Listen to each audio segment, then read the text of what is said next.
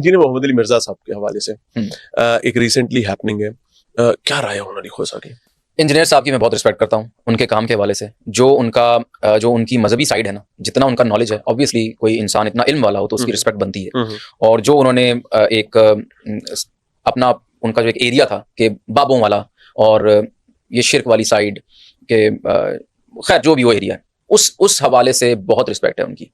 सियासी हवाले से मैं उनसे इख्तलाफ कर सकता हूँ, और जो वो, क्योंकि जाहिर है वो हर टॉपिक, आपका हक है, बिल्कुल बिल्कुल, और वो हर टॉपिक पे बात कर रहे होते हैं, सियासत में भी बात कर रहे होते हैं, करंट अफेयर्स पे भी बात कर रहे होते हैं, तो वहाँ मैं उनसे कुछ कुछ बातों पर ऑफ एंड ऑन इख्तलाफ करता रहता हूँ। लेकिन मजहब के हवाले से जो उनका जो वो कर रहे हैं, मैं उसको बहुत एक अच्छा रेट करता हूँ, उनकी रिस्पेक्ट करता हूँ बहुत ज़्यादा। और जो अभी उनके साथ हुआ, आई थिंक ये नहीं होना चाहिए था। जो उन पे ज्यादती समझते हैं, जो उन पे इल्जाम लगा, ये नहीं बनता था। आई थिंक बिल्कुल नहीं बनता था। आने वाले दिनों में अगर इस किस्म के इल्जामात चलते रहे तो कितनी तारीकी देख रहे हैं? बहुत ज़्यादा। और इससे आप यकीन करें, एज अ कंटेंट क्रिएटर हमें खौफ आता है।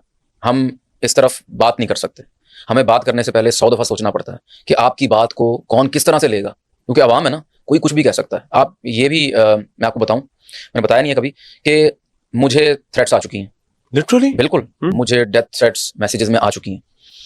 और आपको पता इसलिए नहीं, आपको पता इसलिए नहीं है क्योंकि मैंने थोड़ा सा कहीं, अगर आप रिलीजन को, ये नहीं कि आप कोई बदतमीज, मैं खुद एक रिलीजियस इंसान हूँ अल्हम्दुलिल्लाह, और लेकिन अगर आप थोड़ा सा भी कहीं छेड़ें, किसी को उससे इत्तेफाक ना हो, तो आपको बहुत कुछ फेस करना पड़ सकता है। हमारे यहाँ अजाब ये है कि हमें लगता है कि मेरे अलावा सब बुरे हैं, मैं ही अच्छा हूँ। बिल्कुल, बिल्कुल। और अदर हकीकत मैं ही बुरा हूँ। जी जी बिल्कुल। और आपको किसी को इल्म नहीं है इस बात का, क्योंकि वो वीडियो डिलीट हो चुकी है। अच्छा। विद इन 3 to 4 मिनट्स मैंने डिलीट कर दी कि यार इस पंगे में नहीं पड़ना। मैं किसी को अब समझा नहीं सकता। अगर कोई इस लेवल पर उतर आया कि वो ये मुझे कह रहा है कि अभी मैं तुम फतवा दिलवाता हूँ, और हाँ जी बिल्कुल बिल्कुल ये हो चुका है।